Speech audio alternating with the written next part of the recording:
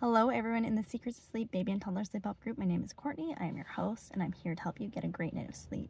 I wanted to share a client story. I have this client that has been working with me in our 3 Weeks to Better Sleep program for the last 3 weeks, okay? Her little one, a little boy, 4 months of age, had a breastfeed to sleep association.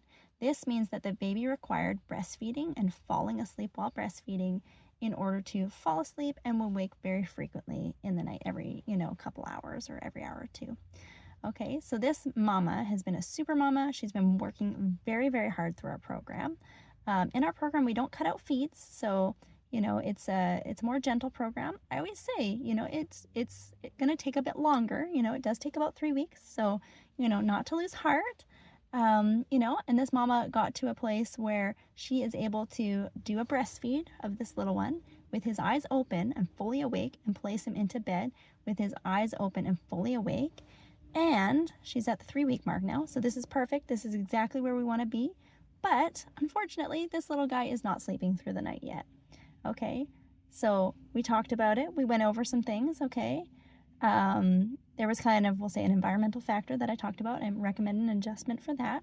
But there was another thing that she mentioned, and she said, you know what, Courtney, I'll be perfectly honest, in the middle of the night, sometimes I get so tired and we will contact sleep. Okay, so this is one of those things that I always say that consistency is actually so key. This mama is like 99.9% of the way there. Her baby is like so close to being able to connect sleep cycles. I can feel it. But unfortunately, if we do even just, like a small amount of contact sleep here and there, if we do some car naps here and there, and then it's one of those things that these things really add up, especially when we're working really hard to, change behaviors and work on them. So I told her that, it's super understandable. Like, don't feel bad about it. But I challenge you, we're near the end now. I don't just drop off my clients when they hit the 3-week mark and go, oh, darn, you didn't make it. Good day. I continue working with clients because I actually really care whether they see the fruit of their labor or not. And I really want this mom to see the fruit of her labor. She's so close and she's almost there. And this is how she's going to get there.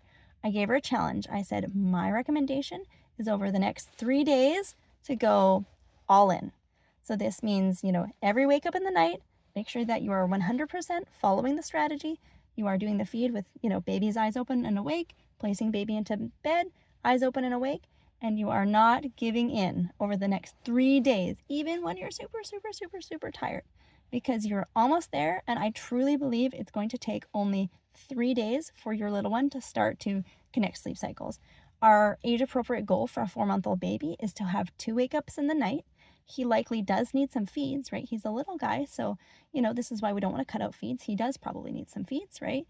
But we want them to be feeds because he's, legitimately hungry and not because he just needs the breast in order to connect sleep cycles. So this was my goal for the mama.